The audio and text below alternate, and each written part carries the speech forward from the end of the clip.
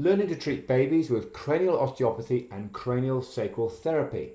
So Morgan, thank you for that question regarding that baby you're going to see in terms of C-section. And let's dive into this and let's see if I can give you some practical advice to get going with this. Now, as you said, this is a really big topic, absolutely huge topic, and it is covered in the courses, but not the core course. I go into this in more depth in treating the birth, because it is one of those things, whether it's C-section, whether it's, face presentation, whether it's a breech, there's all these different things that influence what's going to happen with baby, and getting to know all that and understand that of how babies move through the birth canal. It really helps when you put your hand on babies, because you start to put your hand on babies and you kind of imagine, okay, baby was doing this and doing that, and then it gets you in the game and baby responds to your hands. In a similar way, if you're working on an adult and they've had an injury, and let's say they were playing football or whatever they were doing, you might say to them, okay, well, tell me what you were doing. And as they describe it, you're thinking, okay, well, they fell backwards, and so that would have been a force through here, and there would have been this effect on the neck, etc., etc. Now, baby can't tell you that, which is why it's always good to do that history. Well, not good, essential to do the history with mum and find out what's happening in terms of the birth. So to come back in terms of C-section, yes, 100%, what you're talking about, there isn't that spiral action. You talked about there isn't the pumping of the CFF, the fluids. There isn't the molding of the cranium as it goes through the birth canal. There's lots and lots of stuff we can talk about.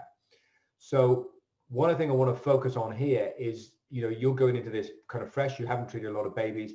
And so what you want to do is not kind of diving too much down that C-section route of, oh, I've got to find this and feel that and let the spiral thing unwind or whatever.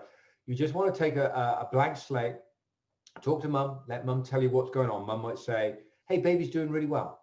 Or they might have trouble feeding, or is unsettled. So get that story out of mum so that you've got the symptoms, so you've got something to work with there. And then you obviously do your examination.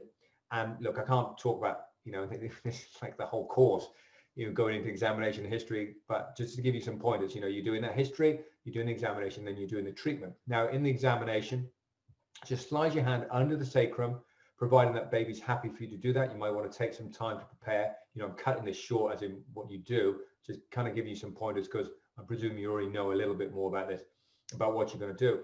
And you just put your hand on the sacrum, and then you're waiting to see what baby feels like. Did baby feel like they're happy to, kind of let their weight come down on you? Or are they trying to bring their knees up and they're trying to move away from you? They're trying to move into that fetal position. Obviously, a young baby will want to do that quite a bit anyway, but, are they scrunched and held in?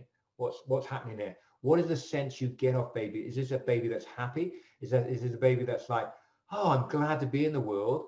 Or is this a baby that's like, what has happened to me? I was in the womb and that was great, and I was hanging out with mum, and then suddenly I'm in this like just shock, because that's backing up even from the level of talking about did the proper birth forces come in, and the vaginal delivery as opposed to C-section. Is moving back from that and just saying baby might be in complete shock, just stunned. They don't want to be here, or they don't understand that they're actually here. Some babies, they don't feel that they've arrived yet. So that's the first thing you're doing. You're looking, what is baby saying to me in their non-verbal language, and non-verbal communication, and you're allowing a space for that, for baby to come to you and seek help. Or maybe they won't. Maybe they're going to withdraw away from you. And if that's the case, you've got to go and meet them a little bit. And that might be putting your hand somewhere else and trying to get a sense of, sometimes it's a sense of meeting them, a little bit of compression, which is almost like a hug, saying, look, I got you. You can let go a bit here. And so I'm talking broad strokes here. There's that aspect of coming to meet them, compression, a little bit of compression. And that's physical compression, but also with your intent, you're like, look, I'm here for you. And then there's also that kind of backing away and giving baby space and allowing baby, you mentioned, I think you mentioned the word in your email, go into ease. And so there's a case of, what do I need to do? Close them up or open them up, allowing their system to get going to show me what they need. And once that happens, then you can go with, well, maybe that is going into ease. And sometimes you find a baby does a birth unwind. They're following through what happened in the birth canal. Maybe that's not the case here because there's elective C-section. or they'll go through some other movement where they're trying to get going.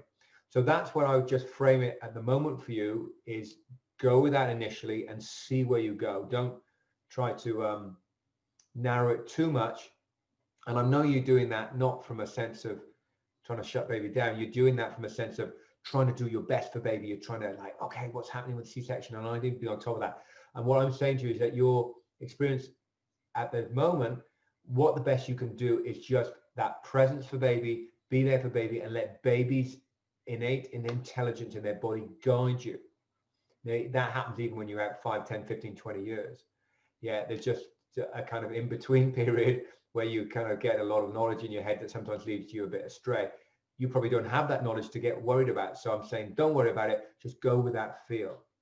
Now, to add another aspect to this, I can't cover everything in terms of, C-section and treating babies, but that first breath is key. So once you've got that aspect of where the baby is kind of landed and in shock or not and worked some of that through, you might want to see if baby you felt had a first breath. Now, that's that kind of, arriving and taking that breath and the foramen of in the heart closing, the valve closing, and going from fetal circulation to baby circulation. Can't remember the words, doesn't even matter. Going from working on a mother's nutrition to breathing in air. Yeah.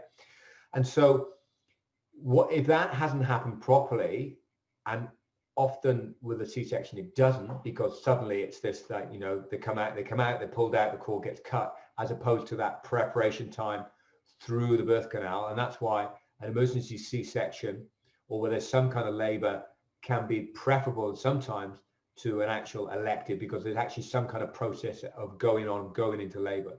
Now, it's not to say that sometimes emergency C-sections are bad and babies nearly die, and sometimes do die because they've gone through the birth canal and got stuck. So a little bit of an aside there. But to come back to this first breath, may not have completed, in which case you're going to try and help that complete. And all I'm going to say to you there is just think about that physiology. You can brush up a little bit on that and go and read up about what happens with the valve closing and the changeover from the fluid through the lungs and the heart and going onto that kind of air circulation. Read up a little bit about that. But think about, can you kickstart that? And there's a lot that goes on in biodynamics, craniosacral biodynamics, or craniosacral or osteopathic biodynamics, where we talk about the ignition and these different stages of ignition. So I won't go into all of that. You can do a good job with this by just putting your hand over the heart. Sometimes you can go over the right side rather than the left, but maybe start over the heart and just thinking about, has baby got a good, kind of into the world, and have they kind of come in with like, I'm here and I want to get into this world, and I'm, this is me, potency. We use this potency, ignition, come into the world, embrace the world. That's why many years ago they used to slap babies on the bum. It's kind of, we want them to cry and arrive. And so sometimes these babies aren't like that. So you move through that shock side of things, and then you're going to put your hand over the heart, and you can get your little fingers like this if you want, and you're just trying to say, look, is there ignition there? And you're kind of almost listening.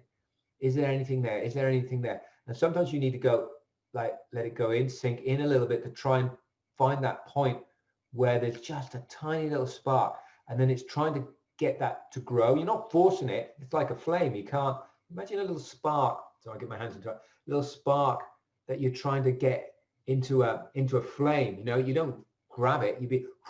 You're trying to nurture it, a little bit like Bear Grylls. If you've ever seen Bear Grylls and his survival things, he's trying to nurture that. You're trying to nurture that. So as much with your intent, and you're holding the space, and come on, it's okay. It's safe to come out. It's safe to come out. Can we get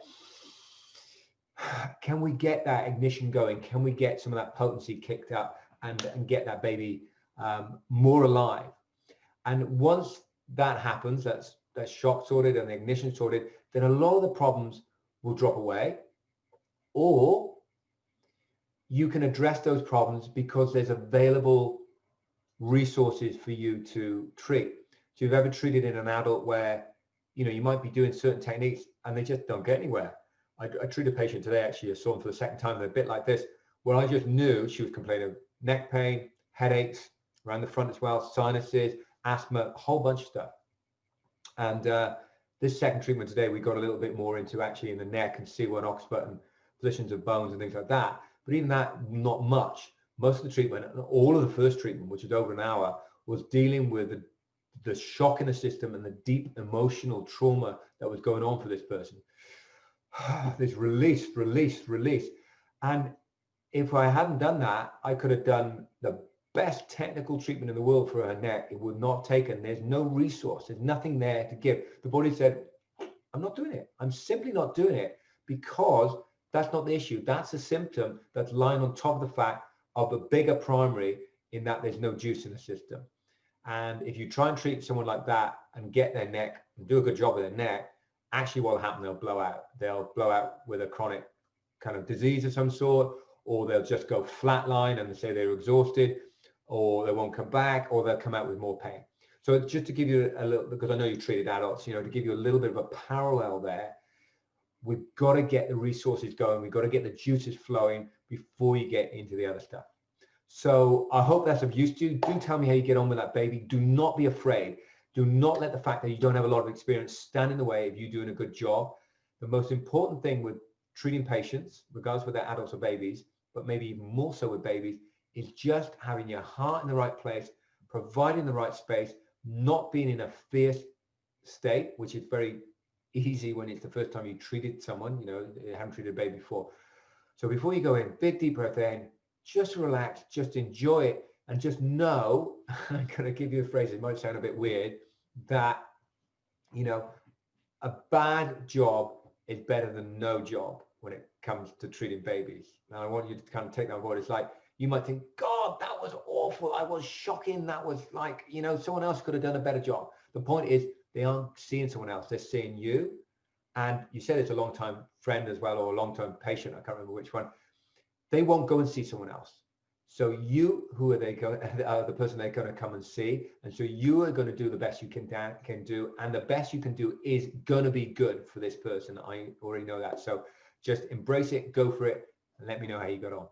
If you found this video useful, then check out this playlist on treating babies, where there's plenty more material and clinic footage showing you how to treat babies.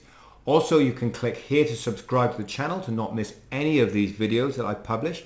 Additionally, you could go to www.kindredbee.com, where there's plenty of courses and other material that go into depth on how to treat babies.